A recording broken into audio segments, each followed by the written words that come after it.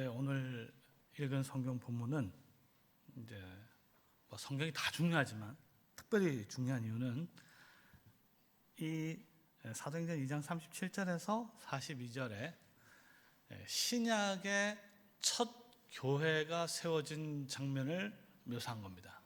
다시 한번 말씀드리면 신약의 첫 교회가 어떻게 세워졌는지를 가장 명확하게 보여주는 본문이 오늘 우리가 읽은 본문이에요.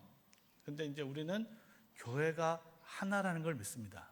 교회가 하나가 아니고 두 개 이상이다 이렇게 말하면 이제 그 자체가 이단이 되는 거죠. 자, 그러면 안양 신일교회가 정말 참된 교회인지 정말 제대로 된 교회인지는 처음에 세워진 이 교회와 비교해 보면 알겠죠. 세상에 있는 모든 교회는 이제 사도행전 2장 37절에서 42절에 세워진 방식으로 세워져야 진정한 의미에서 올바른 교회라고 할 수 있습니다. 그런 점에서 이제 이 사도행전 2장 37절에서 이제 42절은 굉장히 중요한 것이죠.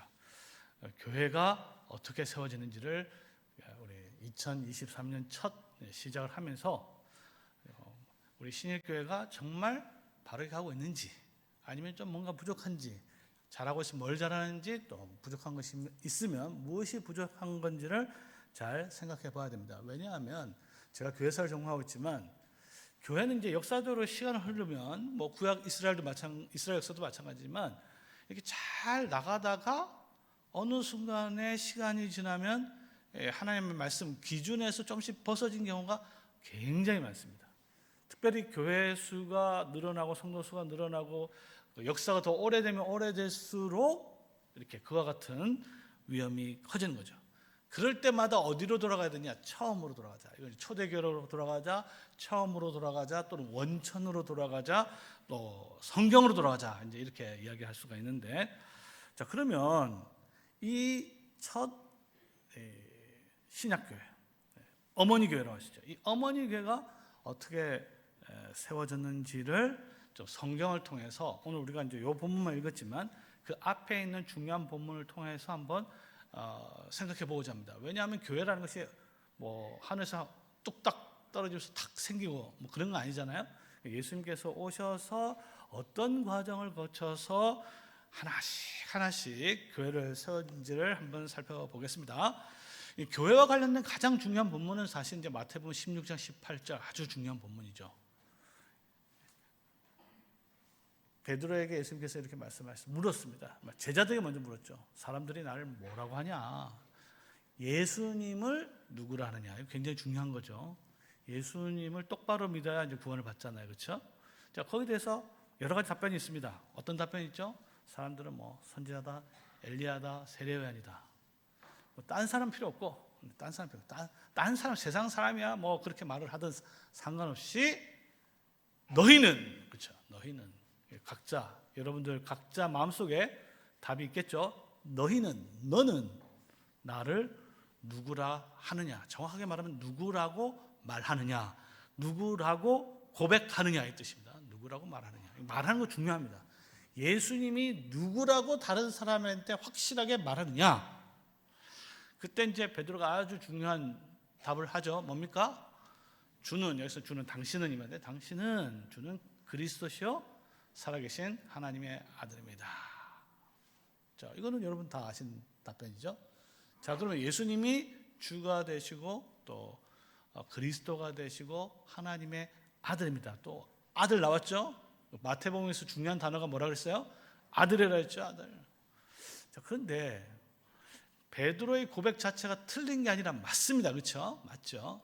근데 이 말 자체가 중요한 게 아니고 단어 자체가 중요한 게 아니고 그것을 어떻게 이해하느냐가 굉장히 중요합니다. 아마 여러분들도 머릿속에 아들이라 들었을 때 예수님 하나님의 아들 맞지? 대강 어떤 그림이 있을 거예요. 자, 그러면 베드로는 도대체 이것을 어떻게 바라봤을까 이거죠. 어떻게 그리스도시요 하나님의 아들로 해석했냐 이거죠. 자, 질문이 있습니다. 그러면 예수님이 그리스도시요 살아계신 하나님의 아들이다 했을 때 예수님이 칭찬했습니다. 엄청난 칭찬했죠. 바요나시보다 내가 복이 있는 자다. 이것을 안 거는 너가 머리가 좋아서가 한 게 아니고 하늘에 계신 아버지께서 알려주신 것이다. 그렇게 하셨잖아요. 예수님이 그리스도시여 하나님의 아들인 건요, 아무나 알 수 있는 게 아닙니다. 하늘에 계신 아버지께서 알려주셔야 알 수 있고 그런 사람이 복된 자예요. 여기까지 아주 좋습니다.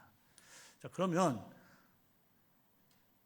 그리스도이시고 하나님의 아들이신 분이 앞으로 어떤 일을 할까요?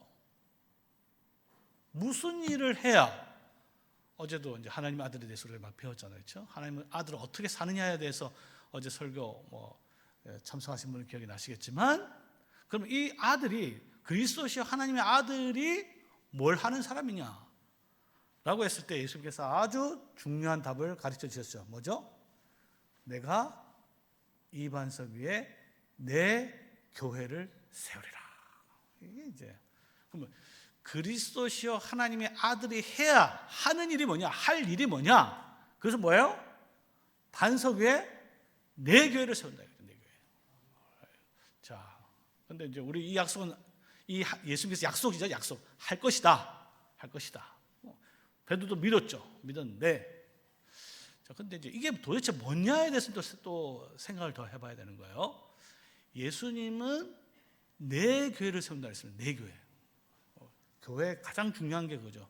그리스도는 교회의 머리시고 모든 교회는 그리스도의 소유가 되는 겁니다. 그러니까 모든 교회는 그리스도의 교회예요. 어느 누구의 교회도 아니라는 것이죠. 그러니까 그 교회가 정말 교회인지 아닌지는요, 그리스도의 교회인지 아닌지를 보면 되는 것이에요. 자, 그런데 예수님께서 교회를 세운다고 했는데 이제 좀 더 생각해 봐야죠. 자, 언제 세웠을까요? 몇 개를 세웠을까요? 어떻게 세웠을까요? 이걸 우리가 생각해 봐야 됩니다. 예수님께서 세우신 교회 이름이 뭐 어떤 교회 이름이 있나요? 뭐 생각나는 게 있습니까? 뭐 갈릴리 교회를 세웠나요? 또 그 교회를 세우려면 뭘 도대체 해야 될까요? 우리 성도 여러분, 이제 앞으로 우리가 교회를 뭐 안양의 심교도 있지만 계속 커지면 뭐 분립도 하고 교회도 계속 세워가야 된단 말이에요. 주님의 명령에 따라, 그렇죠? 도대체 어떻게 해야 교회가 세워지냐 이거죠. 자, 예수님께서 얘기했죠. 교회는 누가 세운다고 했어요? 내가 세운다고 했죠. 내가 세운다고 했습니다. 가장 잘못된 생각이 뭐냐면 우리가 열심히 노력하면 된다. 뭐 이런 생각. 말이 안 되죠. 왜냐하면 교회는 예수님께서 세운다고 했는데 우리가 어떻게 세우겠어요? 그러니까 예수님께서 세우시고 또 뭐예요? 예수님의 교회를 세운다는 거죠. 이거는 아주 중요한 교회에 있어서 굉장히 중요합니다. 우리가 이제 보통 기독론이라고 교회론이라는데 예수님이 누구냐라고 믿는 것과 어떤 교회를 세울 거냐는 같은 거예요, 사실. 예수님을 이런 식으로 믿으면 이런 교회가 A라는 교회가 생기고요. 예수님을 B라고 믿으면 B와 같은 형태가 생깁니다. 예를 들어서 예수님은 아주 좋은 사업가다 이렇게 생각하면요, 교회를 운영하면 보통 기업이 되는 경우가 많습니다. 그래서 우리 교회는 몇만 명이 모였다 뭐 자랑을 하더라고요. 그 하나님이 복을 줬다 뭐 이런 식으로 사람이 어떻게 할 수 있냐 뭐 이런 식으로 이야기를 한단 말이에요. 성도 여러분, 예수님이면 그렇게 몇만 명짜리 교회를 세울까요? 생각해 볼 필요가 있겠죠. 저는 정말 아니라고 생각하는데 아마도 기업적인 마인드를 가진 사람 같아요. 예수님을 기업가다 이렇게 보면 몇만 명 되는 교회를 세우겠죠. 기업이니까. 자, 그래서 우리가 예수님이 누구냐라는 고백과 교회가 어떠냐, 어떤 교회를 세울 것인가는 아주 맞물려 있다는 것을 우리가 꼭 기억하시기 바랍니다. 자, 그런데 그래서 내 교회를 세우겠다 하니까 베드로가 은혜를 받았어요. 은혜를 받았어요. 진짜 이제 주님의 교회를 이제 사실 이때는 교회가 없죠. 이때는 교회가 없습니다. 이때 교회라는 것은 사실 이제 카할이라는 말인데 여호와의 총회를 가리키는 말이 교회란 말이에요. 그러니까 이제 이스라엘 백성들 총회죠. 이스라엘 총회와 교회는 같은 말인데 이 총회가 로마 제국 밑에 지금 이제 망했잖아요. 망했는데 이제 이 예수님께서 오셔서 이 구약 유대인들의 교회 이스라엘을 독립시켜서 로마 제국을 능가하는 그와 같은 하나님 나라를 세울 것이고 이렇게 생각하는 거예요. 자, 그러면 이제 교회를 그렇게 생각할 수 있겠죠. 베드로는 그렇게 생각한 거예요. 그러니까 예수님께서 내 교회를 세우겠다 했을 때 은혜를 받았어요. 아멘 했어요. 했는데 만약에 그와 같은 교회라면 로마 제국을 무찌르고 이스라엘 독립해서 새로운 여호와의 총회, 교회를 세울 거라면 이 그리스도이시고 메시아는 무엇을 해야 될까요? 너무나 당연하죠. 로마 제국을 쳐부수고, 그죠? 힘으로, 능력으로, 그 다음에 천사를 동원해서 완전히 로마 군대 다 멸절시키고 천사를 동원해서, 그리고 유대인들 싹 멀리 있는 거 다 모아가지고 유대인들의 교회를 딱 세울 거다, 이렇게 생각하는 거예요. 자, 그런데 문제는 예수님이 생각한 교회하고 베드로가 생각한 교회가 너무 달랐어요.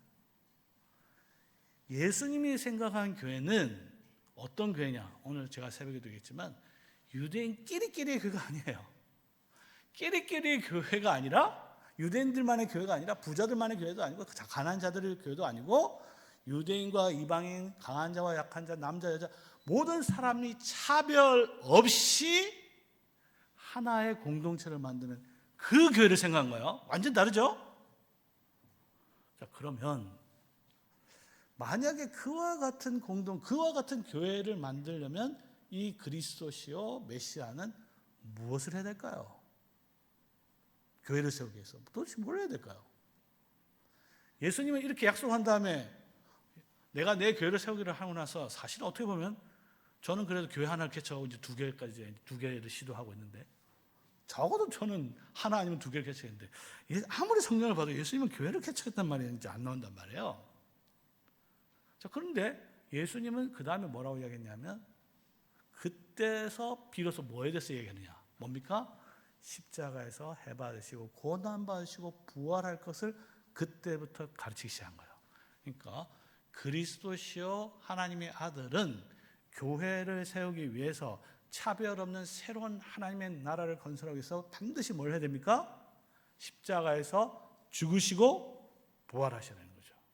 그래야 모든 죄인들이 죄값을 다 사면을 받고 의인이 되어서 차별 없이 함께 모여서 새로운 교회를 형성할 수 있게 되니까.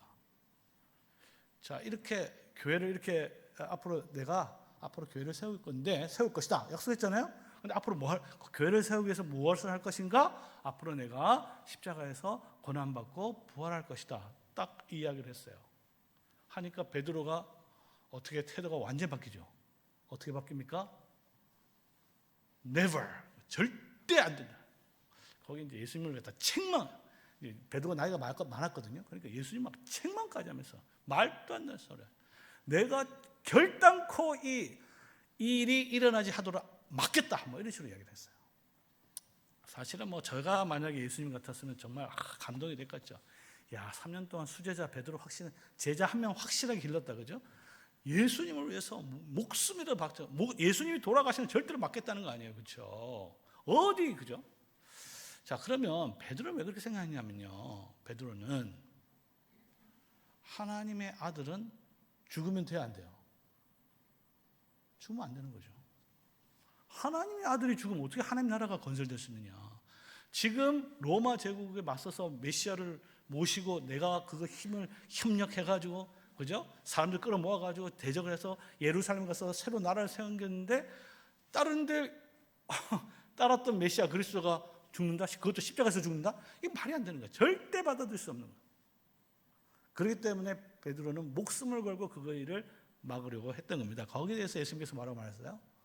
거기에 대해서 정말 충성된, 정말 신실한, 이렇게 말한 게 아니고, 사탄아, 내 뒤로 물러서 사탄아. 자, 사탄의 핵심을 우리가 또 어제도 봤지만 오늘 정확하게 보죠. 사탄의 핵심은 그냥 무조건 나쁜 게 아니에요. 복음의 핵심, 복음의 본질을 결사적으로 박는 게 사탄입니다. 절대로. 심지어 베드로조차도 사탄이 될 수가 있다는 것을 보여주는 거죠. 그것은 뭐냐면 복음을 철저하게 대적하는 것이다. 자, 그래서 예수님은 이렇게 약속을 했죠. 교회를 세운다 약속을 했고, 그 약속을 하기 위해서 십자가에서 죽으시고 부활하신 다음에, 그 다음에 이제 갈릴리에 자기 제자들을 불러 모았죠. 이거는 이제 우리 마태복음 28장에 나오는 스토리인데, 다 불러 모았어요. 11명 불러 모았습니다. 그 11 제자들을 불러 모았어요. 이 11명이란 말은 무슨 뜻이냐면, 11 제자는 11 사도죠, 사도. 사도들을 불러 모아서, 여기서는 그냥 단순하게 일반적인 제자를 말하는 게 아니라 예수님께서 세우신 사도들을 불러 모아서 지정하신 산에 불러 모아서 약속을 하게 됩니다. 그 약속은 뭐냐면 여러분 다 아시겠지만 세상 전체로 가서 모든 족속으로 제자를 삼으라. 모든 족속을 차별 없이 가서 제자를 삼는 시대가 되었다는 것을 다시 한번 선포하는데, 그때 있잖아요. 예수님께서 이제 이렇게 말씀하십니다. 하늘과 땅의 모든 것을 나에게 주셨다. 그러므로 너희는 가서 제자를 삼아라. 그리고 세상 끝날까지 너희와 항상 함께 있으리라. 이게 이제 중요한 이제 구성인데요. 뭐냐면 새 왕권을 선포한다 이렇게 생각하시면 돼요. 왕령을 새 왕이 되어서 왕의 즉위식이라고 볼 수 있습니다. 내가 이제 왕이다. 하늘과 땅의 모든 것을 주었으니까 내가 온 세상의 왕이 되었다. 온 세상의 왕이니까 왕으로서 너에게 명령, 사명을 주는 거예요. 사명을 주는데 그건 뭐냐면 가서 모든 족속으로 제자를 삼다. 자, 이 사명이 쉬운 겁니까? 어려운 겁니까? 네? 모든 족속으로 제자 삼아. 이 11명, 겨우 11명이죠? 출신을 보면 대부분 어부들, 그죠? 교육도 제대로 못 받을 수 있어요. 물론 신앙교육은 잘 받았어요. 신앙교육은 잘 받았지만 그 학식 뛰어난 신학 훈련 제대로 받은 사람 아니죠? 이 겨우 11명, 여기 지금 11명 있다 칩시다. 그럼 다른 사람 다 없고 11명에게 예수님께 모아놓고 가서 모든 족속을 제자 삼으라 했어요. 사실은 이제 이게 우리가 보기에는 가서 제자 삼으라, 은혜 충만 받고 막 이렇게 생각하지만 사실 그 제자들 입장에서 보면요, 엄청나게 거의 불가능한 명령을 부여받은 것이라고 볼 수 있습니다. 자, 이게 이제 새로운 왕의 즉위식이라는 것을 가장 확실하게 보여주는 건 뭐냐면, 역대하 36장 제일 마지막에 보면 이제 고레스 왕이 즉위를 해요. 페르시아 고레스 왕이 즉위할 때 이렇게 되겠습니다. 그때 바하사 왕 고레스가 이렇게 말하노니 하늘의 신 여호와께서 나에게 세상 만국을 나에게 주셨다. 그러니까 새 왕권의 정당성을 선포하는 거예요.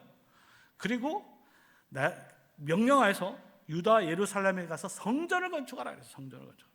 그리고 너희 중에 백성들 모든 이스라엘 백성들 다 가서 성전을 세워라. 그리고 다 올라갈지어다. 그리고 너의 하나님 여호와께서 함께 하시기를 원하노라. 이 세 가지가 딱 있죠. 왕권을 선포하고 왕이 사명을 주고 사명을 준 다음에 축복을 주는 거죠. 예수님께서요, 교회를 세워라, 성전을 세워라, 교회를 세워라 같은 거죠. 모든 족속을 제자를 삼아서 성전을 만들어라. 이와 같은 엄청난 명령을 줬는데 사실은 이것을 하기가 불가능이라고 그랬죠. 불가능하니까 뭐가 필요해요? 예수님은 야, 너 해라, 이거 해라 해놓고 지켜보는 분이 아니고 뭐예요? 내가 세상 끝날까지 너희와 함께 있으리라. 이거를 좀 잘 해석해야 되는데요. 이거는요, 성도 여러분이 무슨 짓을 해도 여러분과 함께 한다, 이런 뜻이 아닙니다.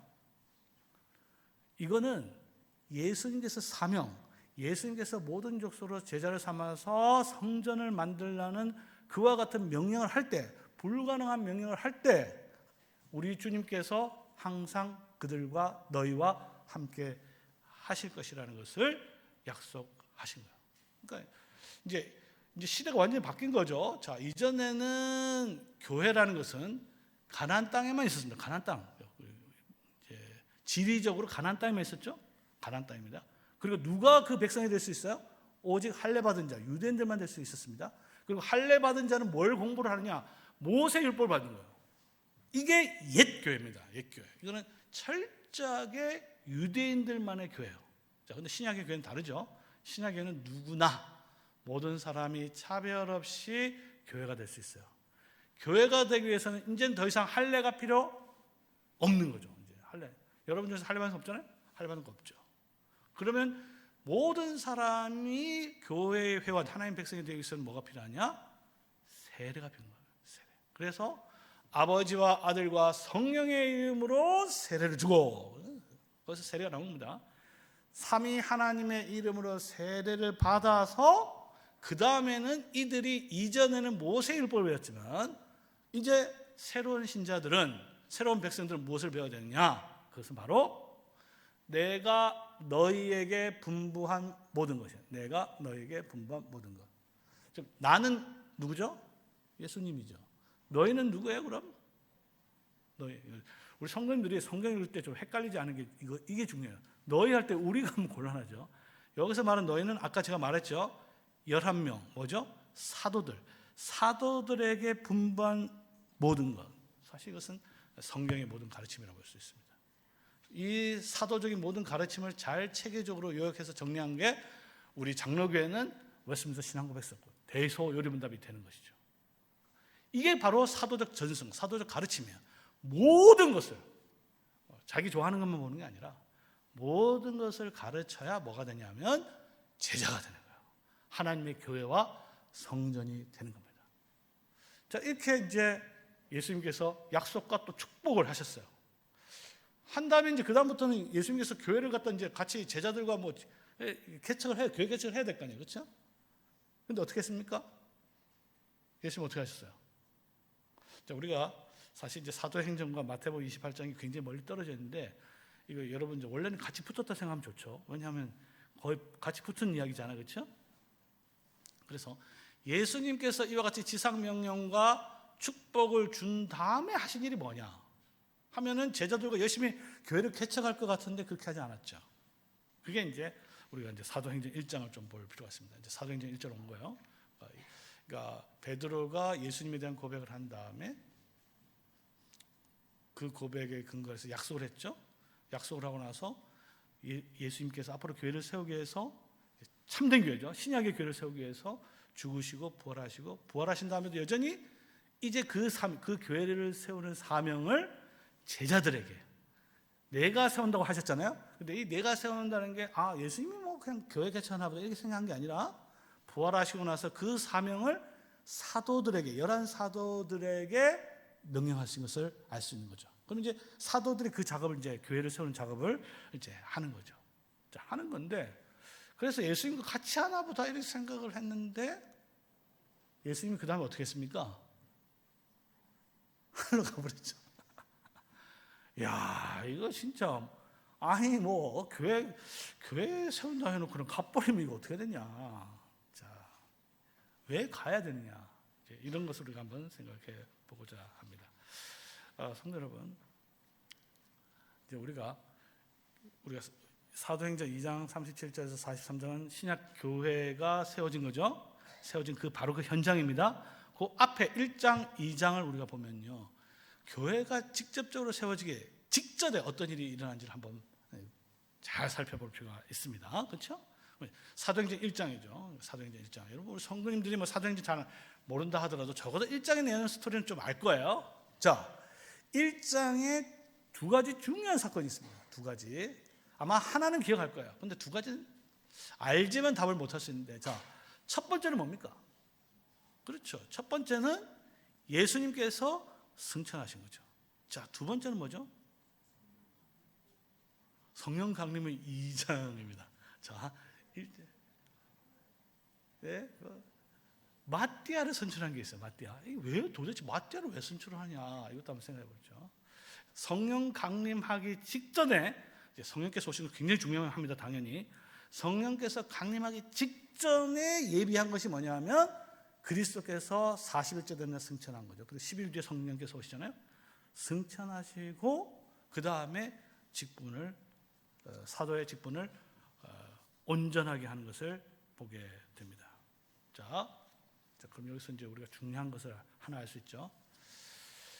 교회는 누가 세운다고 그랬냐? 아까 말했죠. 누가 세우세요? 네, 그리스도시요 하나님의 아들이 세우는데 그 그리스도 앞에 뭐가 하나 더 붙어야 돼요. 제가 보기에는. 어떤 그리스도예요, 그죠? 어떤 그리스도? 그 그리스도는 죽으시고 부활하시고 승천하시고 그렇죠. 아주 중요합니다. 어떤 그리스도, 제가 말씀했죠. 이 어떤 그리스도에 대한 생각이 분명하지 않으면 이단이 될 수 있습니다. 사단이 될 수 있다고 그랬잖아요. 그렇죠? 누가 이 교회를 세우느냐 했을 때 죽으시고 부활하시고 승천하신 그리스도께서 하늘에서 세우시는 거예요. 우리 성도님 이거 좀 아멘 했으면 좋겠는데 야, 저는 이것만 생각하면 좀 가슴이 좀 뛰거든요. 왜냐하면 교회를 세우거나 교회를 개척하는 사람은 이 신앙이 반드시 있어야 됩니다. 교회는 내가 세우는 것이 아니고 교회는 하늘에 계신 그리스도께서 실제로 세우신다. 이 믿음이 있어야, 그리고 그 하나님께서 교회를 세우는 일에, 제자 삼는 일에 함께 하신다. 내가 어디에 있든지 세상 끝날까지. 자, 이게 이제 아쉽게도 이제 승천에 대한 이해가 좀 우리 개신교는 좀 약한 경향이 있어요. 승천. 자, 승천. 자, 예수님께서요, 사도신경 우리가 매주 고백하는데 거기 보면 이제 예수님께서 우리를 위해서 하셨던 일이 있고요, 하시는 일이 있고 하실 일이 있어요. 맞죠? 자, 사도신경입니다. 예수님께서 우리를 위해서 가장 먼저 하신 일은 뭐죠?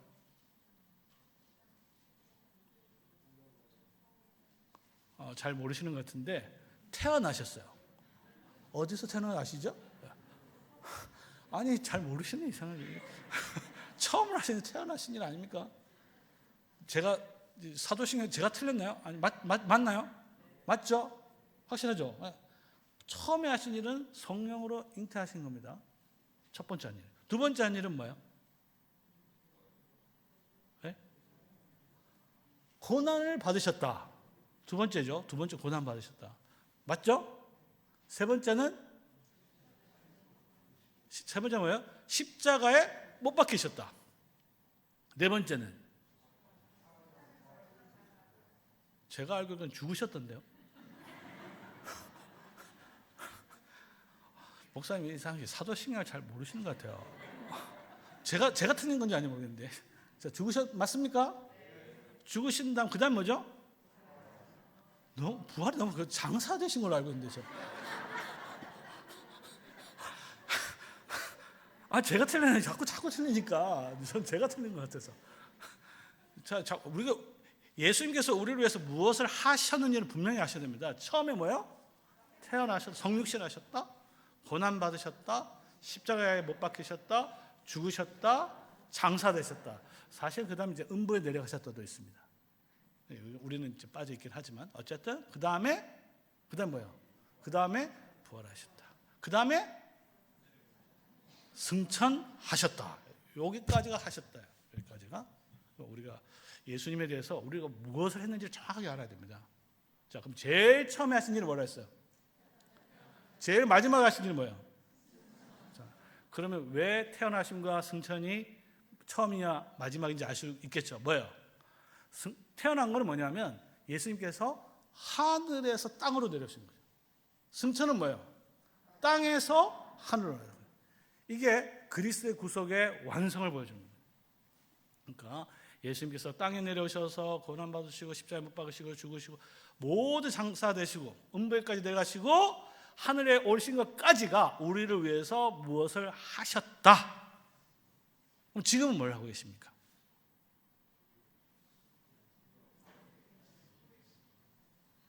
하나님 보좌 우편에 앉아 계시죠. 지금 앉아 계세요. 보좌 우편에 앉았다는 뭡니까? 왕이 되셨다는 거죠. 왕으로서 통치하신다는 말이지. 그냥 소파에 앉아 있다 이 말 아니죠. 하나님 보좌 우편이라는 것은 가장 높은 자리라는 뜻이에요.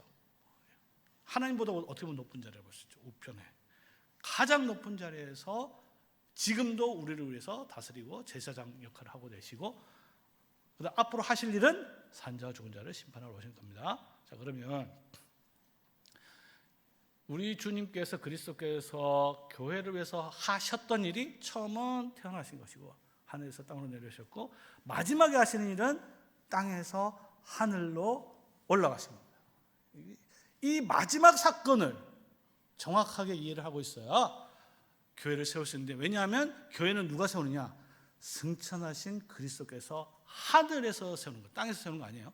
교회는 승천하신 그리스도께서 하늘에서 세우신다. 믿습니까? 이거를 믿어야 교회가 튼튼해지는 거예요. 그러니까 교회가 튼튼한지 안 튼튼한지는 사실은 이 승천에 대한 신앙이 굉장히 큰 영향을 미칩니다. 보통 이제 부활해서 좀 끝나잖아요. 부활해서 끝났는데 승천에 대한 관심은, 승천은 그냥 멀리 떠나는 하늘로 올라가셨나 보다 이런 생각은 안 되겠죠. 자, 승천은요 사실 좀 부활과 차이점이 있어요. 제자들은요 예수님의 부활하는 장면을 본 적이 있습니까? 없습니까? 없죠. 없습니다. 부활한 예수님을 봤지 부활하는 장면을 본 적은 없어요. 그런데 승천은 다르죠. 승천은 뭐예요? 제자들이 사도들이 보는 순간, 보는 가운데서, 그래서 증언이 필요한 거예요. 보는 가운데서 예수님께서 그 자리에서 들리는 것을 우리가 보게 됩니다. 자, 그 다음에 승천의 또 한 중요한 특징은 뭐냐면, 자, 제자들이 승천하는 모습을 보고 기뻤을까요? 슬펐을까요?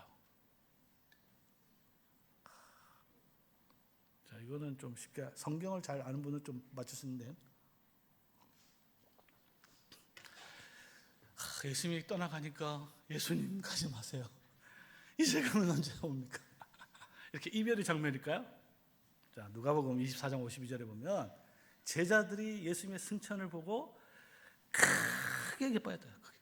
그냥 기뻐한 게 아니에요. 크게 기뻐했다.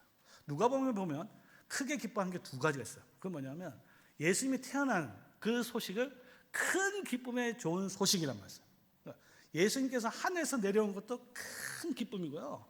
예수님께서 땅에서 하늘로 올라간 것도 큰 기쁨입니다. 승천은 기쁨이에요.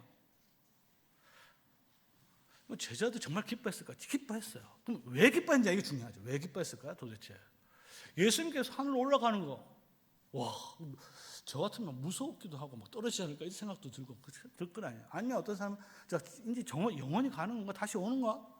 여러 가지 생각이 들겠죠. 우리만 남으면 어떡해? 예수님은 우리한테 온 민족을 제자 삼아놓고 자기는 갚버리고, 그렇죠? 그렇게 생각할 수 있는데 승천은 그렇지 않습니다. 승천은 구속 사역의 최종적이고 완성이라고 할 수 있고, 그 이유는 뭐냐면 이 승천의 본질이 뭐냐, 이게 중요하죠. 승천의 본질은 제가 분명히 가르쳐드리겠습니다. 승천의 본질은 승리입니다. 승리. 메시아의 승리. 이게 승천의 본질이에요. 그러니까 제자들은 예수님의 승천을 보면서 무엇을 생각했냐면 메시아의 승리를 생각했는데, 죄에 대해서, 사망에 대해서, 마귀에 대해서, 하나님의 저주와 심판에 대해서 승리했다는 것을, 그것을 확실하게 체험했다는 것을 볼 수 있어요. 정말 그랬냐? 정말 사도들이 그 예수님이 승천한 걸 보고 예수님과 메시아의 승리를 정말로 믿었을까요? 믿었다는 거죠. 그게 뭐냐 하면은 승천하고 나서 사도들이 한 일을 보면 알 수 있어요. 뭘 했습니까? 아까 제가 얘기했죠. 사도행전 1장에 두 가지가 있다 그랬죠. 하나는 승천이고 하나는 뭐라 그랬어요? 마띠아를 선천한 거죠. 사도직을 벗어난 것이죠. 그거를 보면 제자들이 승천이 뭔지를 정확하게 이해했다는 걸 알 수가 있어요. 왜냐하면 예수님께서 승천하고 나서 제자들이 다 모였어요. 모이고 나서 이제 토의를 합니다. 이제 예수님 갔는데 이제 어떡할 거야? 자, 그때 베드로가 이제 성경은 뭐냐? 시편 109편입니다. 시편 109편. 시편 109편 8절인데 시편 109편 자체가 중요하죠. 이제 시편 109편은 전형적으로 메시아의 승리와 그 다음에 원수에 대한 저주의 기도가 있어요. 원수에 대한 저주의 기도. 원수를 갚아달라는 기도예요. 원수를 갚아달라. 하나님, 나의 원수를 갚아주시옵소서. 여러분 이제 시편 109편 기억나시는지 모르겠지만 읽어보시면요 좀 약간 두렵기도 해요. 이 기도 해도 되나 이런 생각이 들어요. 원수를 위해서 정말로 이런 거예요. 저들의 자녀들은 빌어먹게 하시고 이런 게 있어요. 저들의 집은 황폐하게 하시고 저들의 아내는 과부가 되게 하시고 거처가 없게 하시고, 그야말로 그와 같은 이제 원수를 향해서 하나님께서 갚아달라고 이제 호소하는 거죠. 이런 이제 보면 이거 신자들 기도할 수 있냐 했을 때 못하겠다 이런 생각이 들죠. 이거 되면 어떡하냐 이런 생각이 들죠. 아마 그런 분들은 진짜 원수를 안 만나서 그럴 수도 있습니다. 여러분들 이제 사실 이 성도들이 약자잖아요. 약자들이 이 세상 살아갈 때 진짜 자기보다 강한 상사가 될 수도 있고 누가 될지 모르겠지만 진짜 원수들 있잖아요. 그럴 때 하나님 나 힘줘서 내가 한번 해볼까? 하면 됩니까? 그게 안 되잖아요. 그러면 그 원수, 그 억울함을 어떻게 풀어요? 기도를 풀 수밖에 없는 거죠. 기도를 풀 때 원수를 사랑했으니까 그 원수를 사랑하도록 하자. 물론 그렇게도 할 수 있겠죠. 그러나 성도들이 정말 힘들면요, 정말 죽겠으면요, 하나님 나 죽겠습니다. 정말 나 힘듭니다.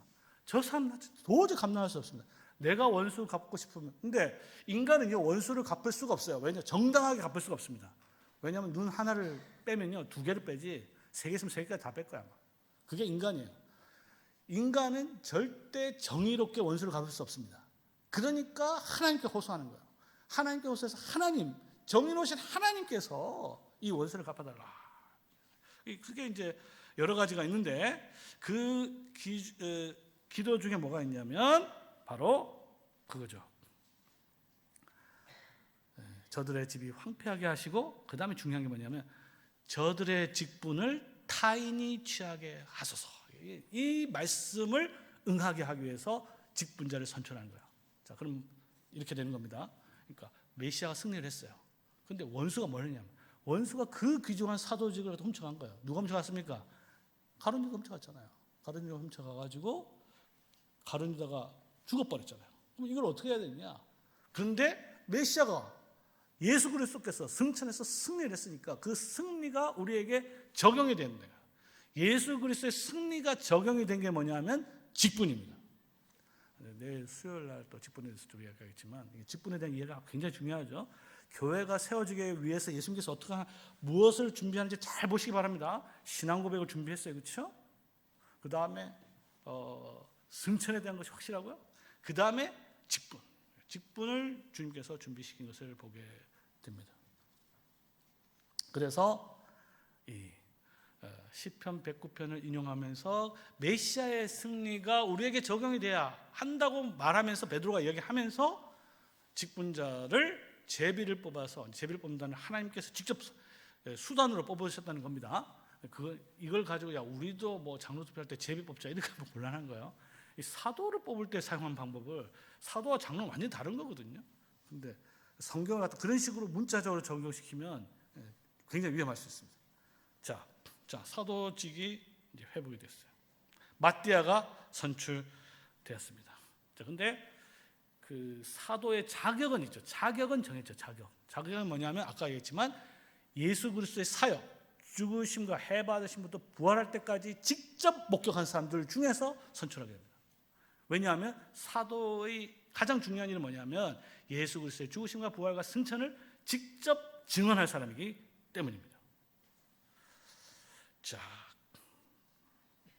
그 다음에 이제 교회가 설립되기 전에 그리스도께서 승천해서 구속 사역이 완성되고, 그 다음에 직분이 마련됐어요. 직분은 사도죠. 사도가 해야 되는 그리스도의 죽으심과 부활과 승천을 증거하는 것입니다. 자, 이 이 증언이라는 것은 마르투스란 말인데, 쉽게 말하면 순교란 말을 여기 나왔어요. 목숨을 걸고 목에 칼이 들어와도 할 말 한다 이거잖아요. 그게 증언입니다.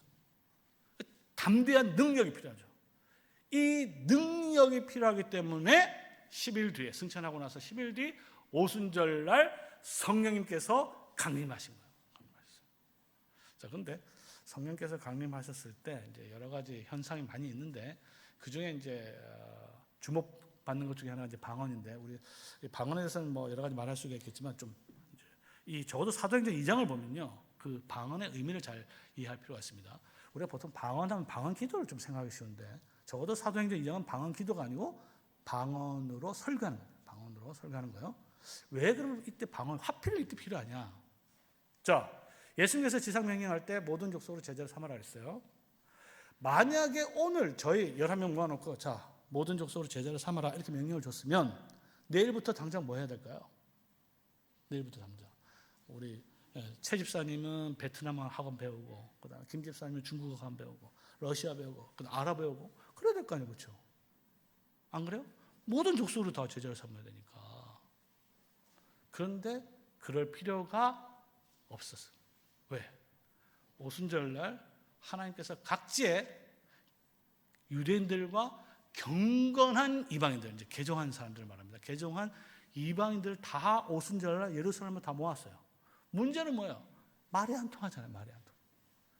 그래서 이들에게 강력하게 복음이 전파되는데, 그 복음이 전파되기 위해서 초자연적인 은사가 주어진 것이 바로 방언이다, 이렇게 보시는 거죠. 방언의 은사를 통하여서 그들이 하나님의 복음을 선포한 겁니다. 자, 그러니까 사실은 이제 방언은 수단이잖아요. 수단. 방언 자체가 중요한 건 아니죠. 그렇죠? 방언 자체가 뭐가 중요합니까?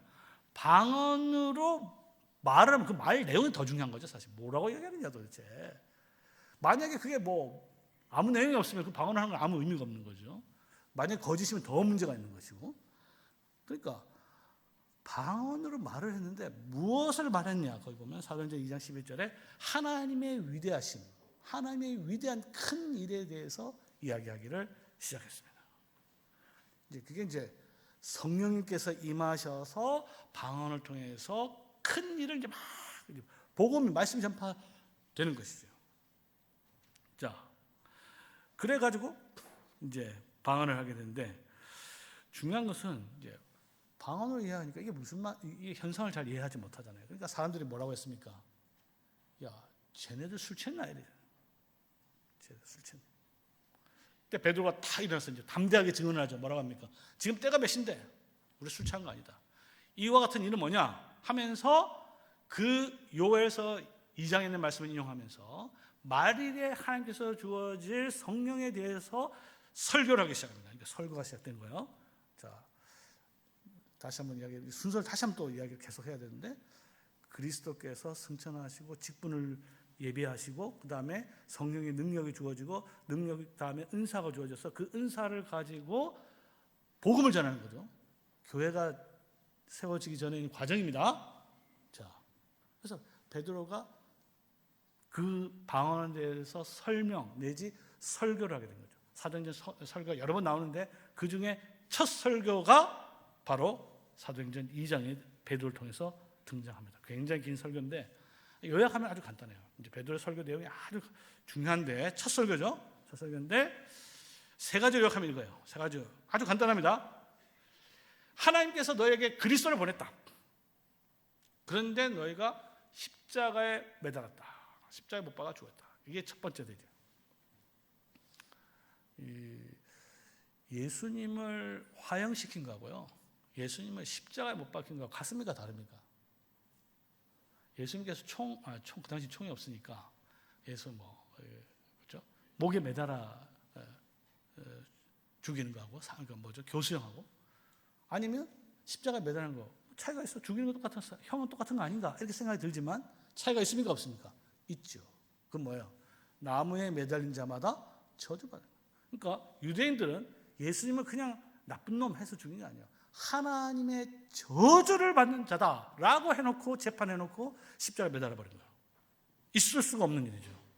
자, 이게 첫 번째. 하나님께서 자기의 아들 메시아를 너희가 죽었지만 너희는 그들을 십자가에 매달아버렸다. 자, 그런데 하나님께서는 그 죽은 자를 죽음에 두지 않고 다윗의 입으로 말씀하신 바와 같이 그를 일으켜서 하늘 우편에 좌정하게 하셨다. 증거 있냐? 증거를 대라. 증거 있다 이거죠. 증거 있습니다. 뭐냐? 너희가 너희가 지금 보고 있는 게 바로 요엘서에 약속하신 바로 그거다. 이렇게 이야기하신 것이죠. 그러니까 베드로 설교 요지는 아주 간단합니다. 그러니까 너희가 메시아를 십자가에 매달았다. 그 다음에 하나님께서는 그를 이렇게 세웠다. 증거가 있다. 너희가 보는 이 성령을 보여준 것이야말로 가장 확실한 증거다. 자, 그러면 이 세 가지를 한 줄로 사실 요약할 수 있어요. 이게 뭐냐? 그거는 바로 너희들이 반역자들이라. 아주 간단하죠? 메시아 왕의 아들을 저주받을 자로 규정해놓고 사형시킨 너희들은 반역자들이에요.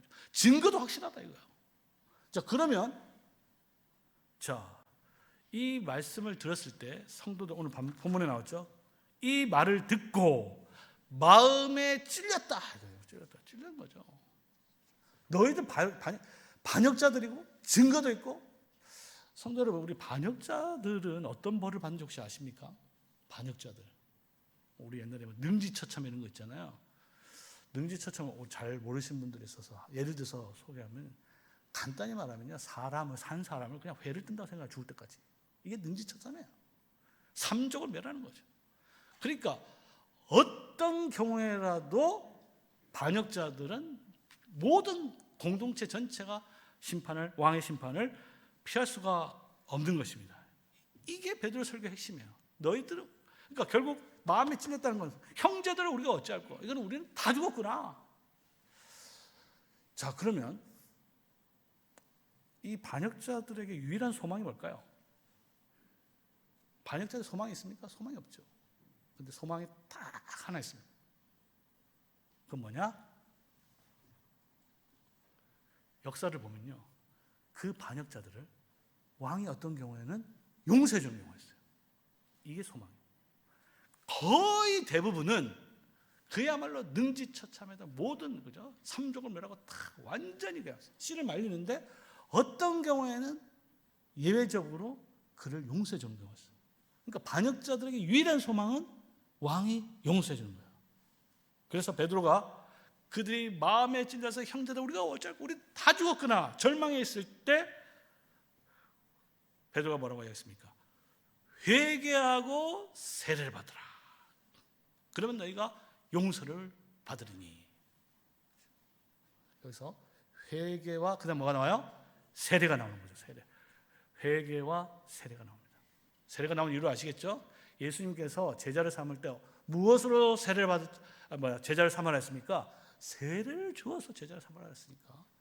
자, 이게 예수님과 사도의 아주 중요한 차이예요. 예수님은 세례를 준 적이 있습니까? 없습니까? 예수님은 세례를 준 적이 없어요.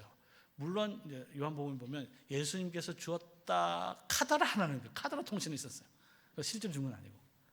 그러나 예수님은 세례를 준 적이 한 번도 없어요. 한 번도 없지만 제자들은, 이제 사도들은 세례를 주기 시작합니다. 그 이유는 뭐냐? 세례를 주어서 제자를 삼는 거죠. 교회를 세우는 겁니다.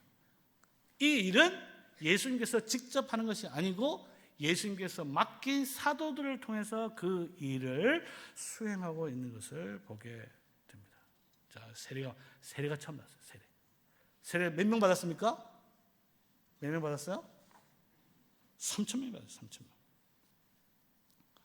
3,000명이 이제 그냥 한마디로 이제 대형교회가 된 거죠. 야, 이런 거 보면, 야, 우리 뭐 신목사 한번 설교하면은 그냥 3,000명, 그죠? 그 다음에 보면 또 5,000명, 그죠? 그렇게 막 교회가 창설될 때 성령의 놀라운 능력으로 이 일이 일어난 거지. 야, 이걸 갖다 우리 신목사님이 기대한다지 그러면 안 되는 거죠. 네, 그거는 교회가 창설될 때 있었던 일입니다. 자, 그래서 세례를 통해서 교회가 세워진 것을 보게 되는 거예요. 자, 그 세례를 통해서 그 다음에 오늘 본문에 보니까 사실은 이제 여기 중요한 구절 중에 하나는 뭐냐면 유아 세례에 대한 근거 구절도 39절인데, 이 약속은 너희와 너희 자녀들과 모든 먼데 사는 곧 우리 주 하나님이 얼마든지 부르신 자들에게, 그러니까 하나님의 약속, 비록 이 어린 아이가 알지 못한다 하더라도 그들에게 약속은 주어졌다라는 표가 세례라는 거죠. 그래서 유아 세례 중요한 근거 구절이 바로 이 2장 39절입니다.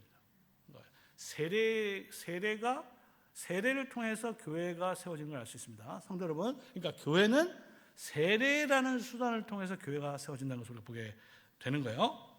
자, 그래서 3,000명이나 되는 교회가 세워졌습니다. 자, 그러면 3,000명이나 되는 교회가 세워졌어요. 이 교회가 그러면 해야 될 일이 뭐냐? 그 세 가지 일이 42절에 그대로 나와 있죠. 첫 번째는 뭡니까? 사도들의 가르침을 받는 거야. 사도들의 가르침. 여기서 이제 사도들이라는 개념이 중요하다 그랬죠. 아까 얘기했지만. 그러니까 우리는 교회 왔을 때 그냥 단지 성경을 배우는 게 아니에요. 성경을 통해서 예수님께서 사도들에게 전한 복음을 총체적으로 배우는 것이라고 볼 수 있습니다. 그들이 전심을 다 오로지 이것을 배우는 데 힘썼다라고 되어 있는데, 사실은 이제 이 사도적 교훈을 체계적으로 가장 확실하게 요약한 것이 우리 장로교는 뭐라 그랬어요? 웨스트민스터 신앙고백서라고 볼 수 있습니다.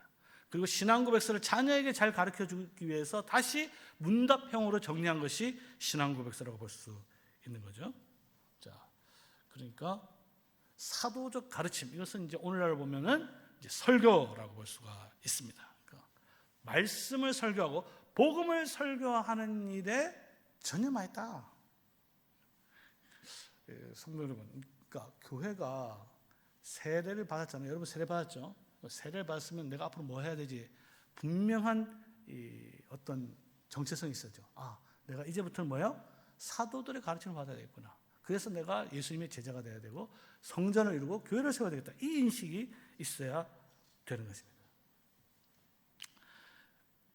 사도적 가르침. 그래서 교회는 주님 오실 때까지 사도적 가르침을 계속 부지런히 가르치도록 노력을 해야 하는 거예요. 이와 관련돼서 이제 다 이야기할 수는 없겠지만 오늘날 문제가 뭐냐면요, 이 설교 하나의 말씀 안에 뭔가가 이제 이렇게 들어오는 게 문제입니다. 여러 가지 누룩들이 막 들어요. 그게 기복주의가 될 수도 있고, 그 다음에 어떤 세계관일 수도 있고, 어떤 교묘한 그와 같은 거짓. 그러니까 설교 자체가 다 틀린 게 아니에요. 그럼 누구든지 알아볼 수가 있겠죠. 그 사이사이에 뭔가가 들어있는, 순수하지 못한 것이 들어와서 결국 하나님의 말씀을 변제시키는 것을 보게 됩니다. 그렇기 때문에 내가 가르친 모든 것, 주님께서 사도들에게 같이 순수한 복음을 끝까지 가르치는 일에 전무해야 된다라는 것이 세례받은 신자들에게 주어진 중요한 의무라는 것을 보게 됩니다. 자, 그럼 여기서 끝나면 안 돼요. 사도들의 가르침을 잘 받잖아요. 여기서 끝나버리면 교회는 뭘로 바뀌느냐? 학교로 바뀌어요. 학교. 열심히. 이 중에서 이제 공부하는 거 좋아하시는 분들 주로 책 읽고 좋아하는 분들 있죠. 이분들은 와서 뭘 배우는 걸 좋아해요. 배우는 거. 맨날 책 읽고. 나쁜 거 아닙니다. 좋은 겁니다. 안 하는 분보다는 훨씬 나아요. 문제는 거기서 끝나버리면 그거는 교회라고 할 수 없고 그냥 학교가 되는 거죠. 학교. 거기서 더 나가야 되는 게 뭐냐 하면 떡을 떼며 교제하는 거예요. 떡을 떼며 교제하는 거예요. 여기서 이제 교제라는 말이 나오는데 우리 사도신경에 보면요, 아주 중요한 신앙 고백이 있습니다. 그게 뭐냐면 여러분들은 무엇을 믿느냐? 자, 여러분들은 성령을 믿어요. 그렇죠? 믿습니까? 그 다음 뭘 믿습니까? 성령을 믿사며 거룩한 공유와, 그 다음에 성도가 서로 교토, 성도의 교제.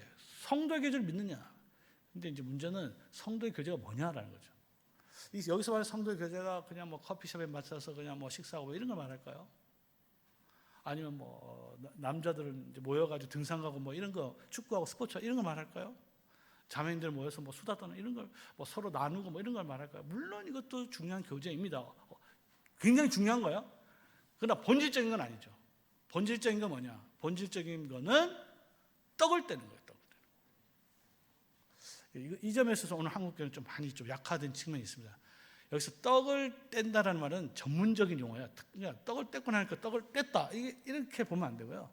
이 떡을 뗀다는 표현은 성찬식을 가리키는 전문적인 표현이에요. 그러니까 그들이 모여서 떡을 뗐다라는 말은 성찬식을 했다라는 말을 그 당시에는 떡을 뗐다라는 표현을 하는 거죠. 사실 그래서 성찬식에서 가장 중요한 순서가 이 떡을 떼는 거예요. 성도님들이 이제 분병과 배병을 이제 구분 못하는 경우가 좀 있는데, 분병은요, 목사가 떡을 성찬식에서 떼는 겁니다. 떼는 거예요. 그 다음에 배병은 나누어 주는 거죠. 우리가 나눈다고 했을 때 이 나눔이 우리는 이중적으로 해석이 가능하잖아요. 떼는 것도 나눈다 할 수도 있고 나누어 준다도 나누어 준다는데, 분병은 떡을 떼는 거고요. 그 다음에 배병은 나누어 주는 거예요. 주는 거. 떡을 떼는 게 왜 중요하냐? 떡을 떼는 거. 사실은 이게 가장 확실히 드러나는 게 뭐냐면 엠마오로 가는 두 제자들에게 예수님의 부활을 확실하게 보여준 사건이 뭐냐면 떡을 떼는 거였잖아요. 떡을 뗄 때, 그죠? 그래서 이 떡을 떼는 것은 성찬식을 의미하는 것인데, 그럼 왜 떡을 떼는 게 중요하냐 했을 때, 떡은 예수님의 살을 말하잖아요. 이 예수님의 살과 피가 십자가에서 어떻게 됐는지를 가장 확실하게 보여주는 것이 떡을 떼는 겁니다. 왜냐 보세요. 예수님의 몸이 십자가에서, 자, 머리는 어떻게 됐습니까? 가시관에 찔렸죠. 뺨은 어떻게 됐어요? 군병대에 얻어 터졌죠. 침으로 막 범벅이 되어 있죠. 가래침이겠죠. 그 다음에 등은 채찍으로 막 뜯어져 나갔겠죠. 등도. 그 다음에 뭐야? 손 다 박혔죠? 옆구리 창이 찔렸죠? 그 다음에 발에 못이 박혔죠? 무릎 꺾였죠? 무릎 안 꺾였죠? 근데 어쨌든 이 모든 것을 보면 예수님의 몸이 머리끝부터 발끝까지 철저하게 찢어져서, 사실 이건 희생 제물이 됐다는, 유월절 어린 양이 됐다는 것을 가장 확실하게 보여주는 거죠. 그 희생의 죽음이 우리에게는 죄사함과 영원한 양식이 된다. 이걸 통해서, 만나를 통해서, 또 예수님의 살과 피를 통해서 먹고 마시면서 교제를 하는 것이 진정한 의미에서 성도의 교제다. 초대의 교회가 여기에 전무했다는 거예요. 이 점에서는 오늘날 한국교회가 좀 많이 약화된 측면이 있습니다. 이게 좀 시간이 되면, 기회가 되면 조금씩 회복할 필요가 있는 거죠. 적어도 초대교회까지, 초대교회. 교회가 세우는 방식. 그러니까 교회는 교자가요, 가르칠 교자도 되지만 어떤 교자도 되냐면요, 저는 교제할 교자도 된다고 해요. 교훈도 있어야 되지만 교제도 있어야 되는 거예요. 그 교제를 가시적으로 가장 확실하게 보여주는 것이 성찬이라고 할 수 있는 것이죠. 그걸 통해서 주님의 교회가 진정으로 사귀는 모임, 사귐의 모임으로 바뀌는 거예요. 그게 진정한 의미에서 교회다, 이렇게 볼 수가 있겠습니다. 세 번째, 마지막으로는 이제 기도가 있죠. 기도. 여기서 이제 뭐 기도했다, 기도에 전념했다 되는데요. 무엇을 위해서 기도했을까? 이건 내용이 나와 있지 않은데, 자, 제가 생각해낸 있습니다. 제가 생각해낸. 사도들의 가르침을 잘 받았으면 그 가르침에 따라서 기도하지 않았겠어요, 그죠? 그 가르침과 무관하게 기도하지 않았을 겁니다. 성도들이 기도할 때 자기가 하고 싶은 대로 기도하는 게 아니겠죠. 이제 교회가 막 세워졌을 거 아니에요, 그렇죠? 주위에는 원수가 3,000명이지만 여전히 원수가 있는 거예요. 이 원수가 이 갓 태어난 이 교회를 삼킬 수 있는 이 상황에서 정말 하나님께 간절히 기도했겠죠. 이 교회를 지켜달라, 세워달라, 구원해달라, 그 다음에 우리 원수들 갖다 주님께서 멸해달라. 이 모든 기도가 어디에 다 있냐? 사실은 이제 시편에 다 있습니다. 그래서 우리 성도님들이 기도할 때 시편이 하나의 중요한 표준이 되면 굉장히 좋습니다. 왜냐하면 이것은 우리 신앙의 선배들 다 이 시편을 가지고 기도했기 때문에 그런 거죠. 그래서 이 시편을 가지고 계속 기도할 때, 참고로 시편의 절대 한 70%는 탄식시예요. 탄식시는 아주 간단히 말하면 하나님 나 너무너무 힘들어요, 이거예요. 우리 성도님들 힘든 분 계십니까? 한번 시편 한번 보세요. 70%가 다 그런 시대예요. 나 힘들어서 죽겠습니다. 하나님 나를 도와주세요. 내가 거기가 피하나이다. 좀 거의 대부분이거든요. 물론 찬송도 있지만. 이와 같은 기도를 하나님께 드릴 때 하나님께서 거기에 응답하시고 또한 은혜를 주시는 거죠. 자, 이제 좀 마무리를 맺도록 하겠습니다. 성도 여러분, 오늘 본문을 통해서 신약의 첫 교회를 갖다 우리 살펴봤어요, 그렇죠? 첫 교회. 간단하게 다시 한번 정리를 하겠습니다. 주님께서 약속을 하셨죠. 내가 내 교회를 세웠다. 약속. 이 약속을 하기 위해서 하신 일이 뭐라 그랬어요? 십자가의 죽으심과 부활을 했어요. 부활하신 주님께서 지상명령을 주셨습니다. 사도들의, 그 교회 세운 일을 사도들에게 맡긴 거죠. 교회 세우는 제자 삼는 방식도 가르쳐 주었습니다. 내가 너희 사도들에게 가르친 모든 가르침을 가르치고 그 다음에 세례를 주어서 하도록 해라. 그렇죠? 그리고 나서 주님께서는 하늘 보좌 높이 올리셔서 승천하셔서 그리스도의 모든 구속을 완성시켰습니다. 그리고 나서 그 일을 할 수 있는 직분을 회복시켰죠. 그렇죠? 사도들의 직분을 회복시키고 그 직분이 하는 일을 감당하기 위해서 오순절날 성령께서 임하셨습니다. 성령께서 임하시고 능력을 받아서 그 당시는 특별히 주어진 방언을 통하여서 하나님의 큰 일에 대해서 강력하게 선포를 했고, 그 강력하게 선포했을 때 3,000명이 회개하고 돌아왔고, 회개했을 때 세례를 줬습니다. 세례를 주고 난 사람들이 모여서 한 일이 뭐라 했어요? 사도들의 가르침을 받고 떡을 떼며 교제하고 그 다음에 기도에 전념했었다. 우리 이제 웨스민스터 우리 개혁주의 신앙 고백에 따르면 이 말씀과 성례와 기도라고 합니다. 말씀과 성례와 기도. 근데 성례는 세례와 성찬이잖아요. 그러니까 말씀과 성례와 기도, 세례와 성찬, 기도, 이 네 가지가 어디에 있습니까? 오늘 우리가 본문에 있잖아요. 이걸 은혜의 외적 수단이라고 합니다. 은혜의 외적 수단. 그러면 교회는 어떻게 세워졌느냐? 교회는 승천하신 주님께서 세우신 거예요. 그리고 무엇을 통해서 세우느냐? 은혜의 수단을 통해서 세웁니다. 교회는 은혜 공동체예요. 은혜 없으면 이게 이루어질 수가 없습니다. 여러분들 하는 모든 봉사, 은혜를 안 받는데 어떻게 할 수가 있겠어요? 그건 짐밖에 안 되는 거죠. 그러니까 예배 시간에 은혜를 받아야 되는 거예요. 근데 은혜를 받는 수단이 바로 말씀과 성례와 기도라는 거죠. 그리고 이 직무를 할 수 있는 사람을 세웠었으니 그것이 직분자예요. 직분자를 세워서 그 일을 감당하도록. 이 일을 교회가 전무할 때, 전심으로 일할 때 하나님께서 세우신 이 교회를 더욱더 튼튼하게 세워가실 것입니다. 승천하신 주님을 믿으시기 바랍니다. 그 승천하신 주님께서 다시 오실 때까지 이 교회를 든든하게, 튼튼하게 은혜의 수단으로 세워가시기를 주님의 이름으로 축원합니다. 이 시간 우리 사도적 가르침